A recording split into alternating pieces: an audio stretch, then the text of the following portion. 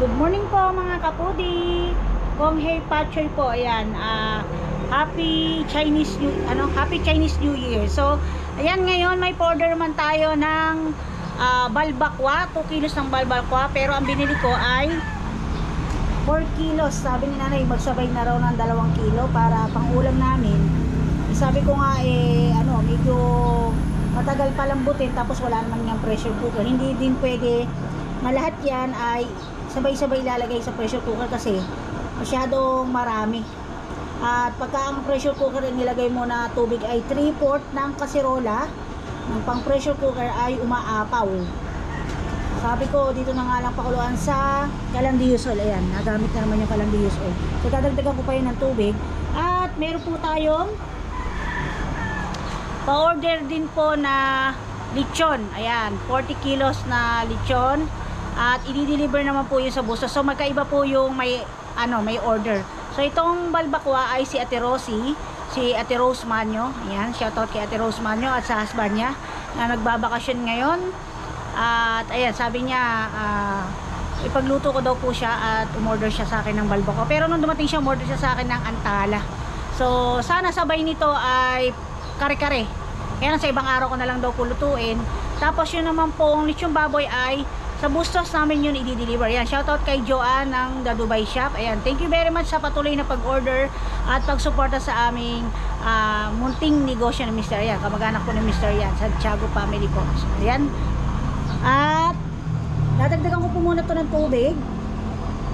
Ayan, dagdagan natin ng isang kaserolang tubig para nakalubog siya.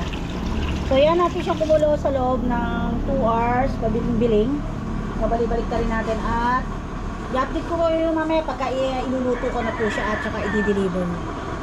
At habang inaantay nating lumambot yung ating gagawing balbakwa, ayan, pinahawa namin si Ting dito. Si Ting naman ngayon ang nag-aawan, hindi na si ano ba pangalan nun? Hindi, may pangalan yun eh, kalimutan ko eh. Kaya para hindi malamok, tapos nang mahawan yun. Pangalan ng kapitan yun.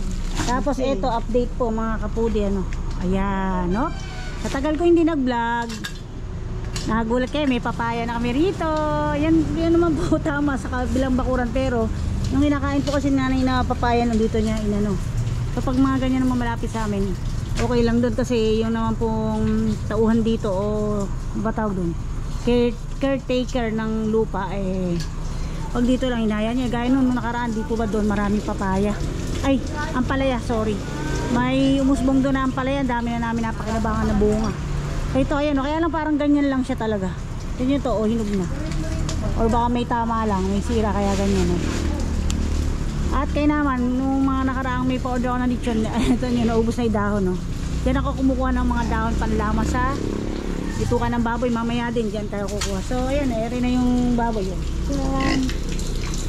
Yan, pinali lang namin dito. Kinuha na namin siya kagabi. Yan, pasisigan namin yung kay Teng. Tapos yung kahoy. Patataga ba natin kahoy ngayon? Ang mahawan dyan, malamok. Uso pa naman dengue. Oo, doon nga ako nagka-dengue. Saan? Yung kasi sa school nila Desiree, meron na, ilan na yung na-dengue, meron isang namatay. Finger. Ngayon, hindi naman... Jogging ako. Bulagan tulay, balikan.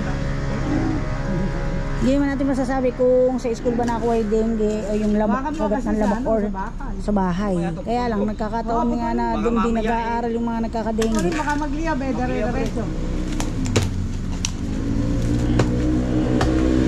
Lagay mo na rin yung mga sanga ng na yan, kamoting kain yun, mga napakalalaki ng lamok. Bandang 6 o'clock na, 5 o'clock ng hapon, napakalalaki ng mga lamok, maitim. Pag dumapo sa'yo agad, nakasip-sip agad ng dugo. Lalaki pa ng kulitin. Tigas pa lang magpayuwi.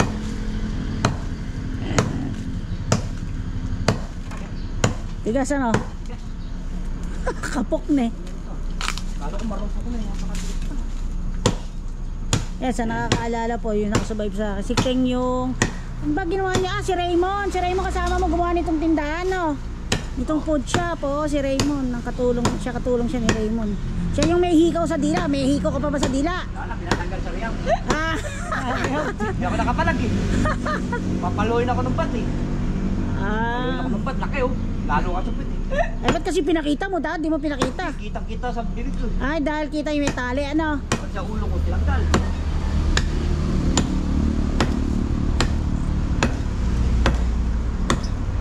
Tikas ng ano na yun ah. Puro mo. Bakal mo daan niya. Yan, pwede yung magamit sa lechon. Oh, may mga, dati nung nag-uulan, maraming mushroom dyan eh, kaya hindi ko makuha kasi nakatalong ka pa Kaya, dyan. bakal mo na rin. Yuri. Yan. Gapok na. Ano ngayon yung mga lamok niyan, nabugaw. Kaya nga lang, kailangan lang malayo sa ano. May bunga na kaya yung gabi nila na yan. Ano yan, tuktok ko na lang to. Oh, dyan lang. Tuktok ko lang baka yan. Ayun. Matalino yung steak. Alam mo yun. Pati yung ibang nalipad na yun, ano, damputin mo na rin, huwag nakalaykayin. Para hindi... Tapon yung pangyata. Hindi, binali ko lang. Para magkasya, mataas eh. Kasi ako, tinatapo ko dyan eh, yung mga ano lang, mga pinagbalatan ng ano, minsan sila, di na matigil mga kawilihan ba. Pero okay lang naman, hinayaan naman kami, basta kami maghahawan yan, yung side na yan. Baka na 6 na buwan ako sa Riyap. 6 na buwan, magkano binayad? Malaki na kinasa. 100,000 yun! Kain lang yun, 35 ano? Hindi, may bayad na doon, wala nang libre. 120 isang araw. Wala din. Yung pagkain na. Saan ka ba sa Chaong? Oo, ciao. Eh, ba't naman kasi? Kain ka laro. Tingnan mo, katagal mo hindi kumain, kakain ka rin pala ron. Kaya mahirap lang dun. Hindi mo ba, dahil pala nakasama mo si... Maintain lang. Kaya wag ka na maintain ngayon, ang ano? pagkain. Maintain. Ano lang, yung 1 cup lang price. Isang tuyo. Pag wala kang ano, kanin ka lang. Pag wala kang... Isang tuyo lang? Pag wala kang dalaw, walang bigay na ano, wala kang Walang iwan na allowance. allowance. Ano ka, kanin, tiis ka. Ganun talaga, para madala at di na kayo bumalik. Ganun. Kaya nga nung nadadalaw kami, nung dumalaw ako, putang ina, ano eh, nanginginig yung katawan ko eh. Para akong ano eh. Para ako na-injado. Eh, ngayon ba, gagamit ka pa? Ayoko na. Oo! Mahirap sabihin. Oh. Sayang, di pa kayo nagsabay ni Bakla. Si Francesca. Si Francesca, ba't hindi? Meron doon. Pwede na siguro natin si... Hoy, Nakaka-jamming mo ba yan? Nakaka-jamming mo? Hindi, nakakwento yan, kakadyan. Kwento yan, nagapulong. Ha? Nagapulong. Oo, sa pulo nga. Sa pulo. Sa pulo siya umaano. Yung taga-balik yun. Oo, yun nga. Ayan, nagpaabot na rin ako ng sanga dun sa kabilang papaya para yung nutrients na nasisipsip Lumay ng ko puno yun. ng papaya dun sa mga Lumay bunga ko, papunta. lahat ng bubog dun, pinahong ko. Ayun, nakakuha pa siya ng isa. Ewan ko lang kung pwedeng kainin niya. Kaliit-liit na hinog. Ayun, siga na siya. So ayun, mamaya mga kaputi, update ko kayo pagka ano, magluluto na po kami ng balbakwa. Tagal pang lumalambot. Tagal pa lambot yung balbakwa. Oo, pagka kailangan palang taga-pizza lechon. Eh nung kasi nakuha ko yung taga-pizza, bata eh. Ano eh, nagsiya-cellphone eh habang nagpipihit eh. Lang! Pahingang ano? Nako! Oh, laki niyang ting. Eh, si nanay nanghingi pa na manghingi doon ng makopa sa kabila. Yung na-video ko po yung sumakay ako ng bulldozer. Sinakay ako, inangat akong ganun doon sa kabila.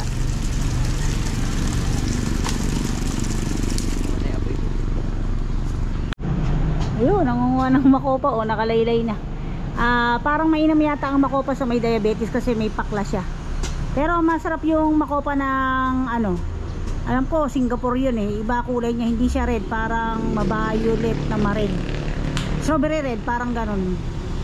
Or mas dark pa doon, parang mas marami yung pagka-violet niya. Sinanay, anin mo baka ako yung kakainin daw niya. Nakalay lang lang. At saka magandang tingnan kasi lalo pag nahitik-hitik sa bunga oh. Yan, nagpaalam kay inang yun, yung nagtanim ng mais dati dito. Kasi yun yun, nagpaparami sila ng saging. Kaya lang doon ako kinakabahan kasi ayon sa aking nasa liksik, ang mga dengue daw po na lamok, doon daw po kadalasan naninirahan sa mga mapuno ng saging. Ewan ko lang kung totoo. Kaya actually ngayon lagi kaming may katol, lalo na pag magdidilim na dalawa dito sa may gawin ng bintana dito at doon sa gawin ng kainan sa may sala. So check natin to. Ayan, may isang oras na siguro yan kumukulo. Ayan, so antay lang natin yung lumabig at mamaya ay magigisa tayo. Yan si Teng, oh. At ayan pala, hindi ko po pala na-effect sa inyo to. Ayan, tuntua ako, may bunga siyang isa. So akala ko lalaki na siya. Hindi siya lumaki kasi parang nagagasgas dito yung pinakabalat ng kalabasa. Ganyan na siya kalaki, oh. At ito, napakinabangan ko na yung mga usbong niyan. Pangalawang usbong na lang yan. Nagluto kami ng mais nung isang araw ni Mr. Ginisang mais. Kinuha kay talbos tsaka ako inilagay. Masarap po yun sa ginisang mais, yung talbos at tsaka bulaklak ng kalabasa. Tapos ito yung ginasabi ko, nagkaganito yung kalabasa. Ayan, baka sa insekto. Oo nga, baka insekto, may butas eh. Nagkaganyan siya, kumatas na ganyan. Kaya kala ni nanay yung pagkakatali ko dito, yun yung naging cause na namatay siya. Sabi ko hindi, may siya, may gasgas na siya nung bago ko iangat. So yan, nakita nyo meron, pwede natin tukunin. Dalawa. Ayun, kaya lang sayang kasi hindi naman, saan ba pwede ilagay ngayon yan? Pahabain pa natin siguro mga hanggang Sunday para naman maigisa natin sa mailahok natin sa isda. Ayan. So ayan ang update ngayon mga kapudi. At yan, mamaya magluluto tayo ng balbakwa. Pakiabangan nyo po. At yung afternoon ay yun namang dinuguan. Ngayon naman ay yung tinumis, yung mga hisabaw. Ayan, dinuguan na may sabaw, masabaw siya, hindi siya yung toyo. Tapos yung sarsa nga iluluto natin kasi mamaya pa siyang hapunan di-deliver. So yun mga kapuding, ganito na lang at i-update ko kayo mamaya. Pakiabangan nyo po yung ating pagluluto ng balbakwa. Ayan si Teng, mabuhay ka ulit Teng, huwag ka nang babalik. Mahirap magsalita, kasi hindi na babalik. Ayan, ang dami niyang mushroom, tengang daga, tengang daga. May tawag dyan tengang daga ang tawag nila, pero mushroom yan. Hindi natin. Marami ba? Parang dami. Huwag na, mapapagod ka lang. Ha? Mapapagod ka lang. Ayan, may tao. Sasandal mo ba dyan? So ayan, bye-bye mga kapudi. Thank you for watching po. Yan, alam kong bawal magsiga, kaya lang lang naman yung palight-light lang naman kaysa liparin ng mga hangin. Yan, tapos para mahawan din dito, napakasukal eh. Pag nagluluto ako dito sa kusina, napakalalaki ng lamok, malalaki na maitim. Yan, nakakatakot, baka mamaya diba, hindi mo masasabi. Kuryente ba to? Ha? Kuryente ba yan? Hindi, sampayan to. Sampayan lang? Yun ang kuryente sa taas. So yun mga kapudi, hanggang dito na lang po. Pakiabangan po yung ating part 2 para doon sa pagluluto natin ng balbakwa. Hanggang dito na lang po. Thank you for watching po. Ayan, sa mga nanood po nung nauna kong upload, thank you very much po. Ingat po tayong lahat at God bless po tayo. Bye bye.